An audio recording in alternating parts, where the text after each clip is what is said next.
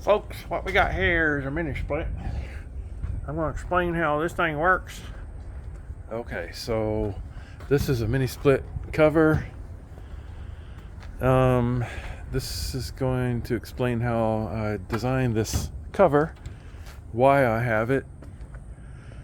I had option to put the mini split in a box, put a cover over it, or put an umbrella on it.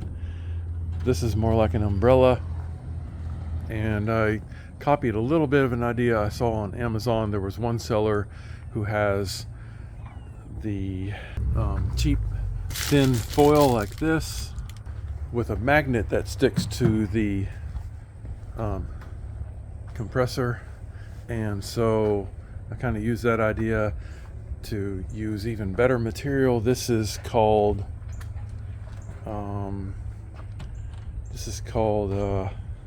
it's not made out of dog, it's not Lexan, it ain't no plexiglass. What we have here, folks, is, can you guess? I'll give you a hint. It's used for hurricane storm shutters, so it's pretty damn strong. Polycarbonate. I painted the top of it white with oil-based paint. It still stinks like I got a smoker in here. So polycarbonate, very difficult to cut. I use a special blade, that kind of special plastic cutting blade with the really fine teeth. And so this is serving many purposes, mostly to protect the condenser from heat and UV, the sun, because when that beats down on this compressor, it will cause inefficiencies to a great extent. Also for weatherproofing, to keep the rain out of it so it lasts longer. And what I like about the storm shutters is it has cooling channels, so the air flows through the top to keep it cooler. A lot of people are starting to use that for the underbase of solar panels too, for that reason. So where can you get them there's polycarbonate, you might ask? From the dogs. Lowe's.com, or in a Lowe's store. If you're in a hurricane prone area, they may have it in stock. So I got zip ties. I drilled a hole here, put in zip ties going to the carrier rack. In case the magnets failed, I won't lose the cover. And let's see, show you how that works. I painted the top with oil-based paint. It smells like I got a smoker around here. It stinks for a long time. So the magnet, I just screwed in to the bottom like that, and then it sticks to the top.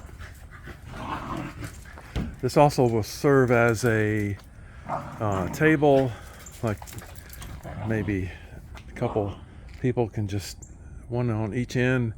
It'd have to be a high chair, and they can sit here and eat.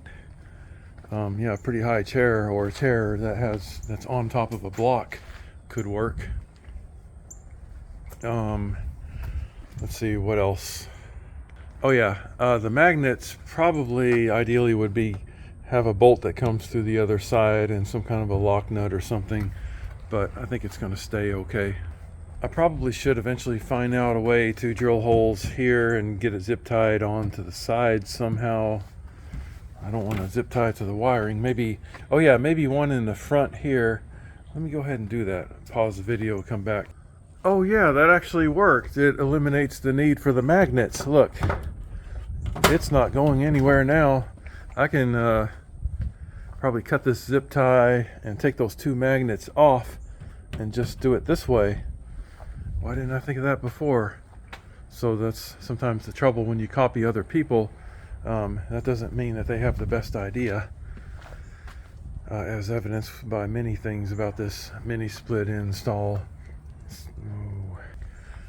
I would have liked the cover to even come out even further, but that would make the vehicle length longer, and so that's not desirable. So I like it just like this. In case I back up into something or somebody hits me, this will serve as a bumper. Being polycarbonate, it will flex. So yeah, what I'm going to do is cut this, take the two magnets off, and add another one here as a backup. Or I could actually be better to put one on the side coming through here would be at this point here. That would be even better, because going down the road most of the wind turbulence is going to be coming from this direction. I guarantee you there's no other camper van that looks quite like this at the rear end. So I have been test driving about 100 miles or so, and this thing has stayed on really well. You can see the rollers are resting on the bumper so that there isn't complete stress on the door outer skin, but rather it's distributed fairly evenly on the bumper and the outer skin, making it a successful door mount without having to swing anything out to open both doors. So we can see a demonstration again. Let's see, zoom out. No problem. Still have the line set equipment, trying to decide whether to braze, which is the same thing as welding and soldering the line set on, or to use flares. Flares have a reputation being less reliable than soldering, but soldering has a problem of creating carbon in the copper line if you don't use nitrogen purging while you're soldering, which usually requires experience. So I slammed it pretty hard. That's not gonna hurt it. Yeah, it's on there really good now. Yeah, another reason to take those magnets off when I hit bumps, there won't be that clinking and it's not going to scratch the paint. Oh yeah, I failed to mention a key reason to not or to use magnets or zip ties is to prevent having to drill any hole into this piece. You don't want to drill holes in there if you can possibly avoid it.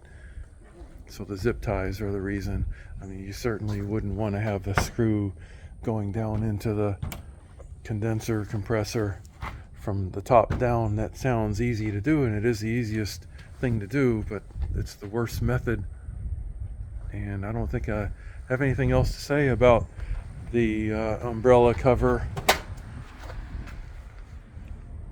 Oh yes, I do. Actually, this bracket started to rust within only a week of install, so I used the oil-based paint, white paint that Corey Babcock used to paint his van. You can see that on his channel, his video he made. So I copied the type of paint he used. It's awfully stinky, but the oil-based is going to be more durable than latex. And so, I repainted this top area there where the water was settling the worst, because it has this channel where the water collects and it's causing rust, premature rust already. Painted down here, all these exposed nuts and everything down here. All that's left now is connect line set. I have to somehow get the flexible line in between the rigid.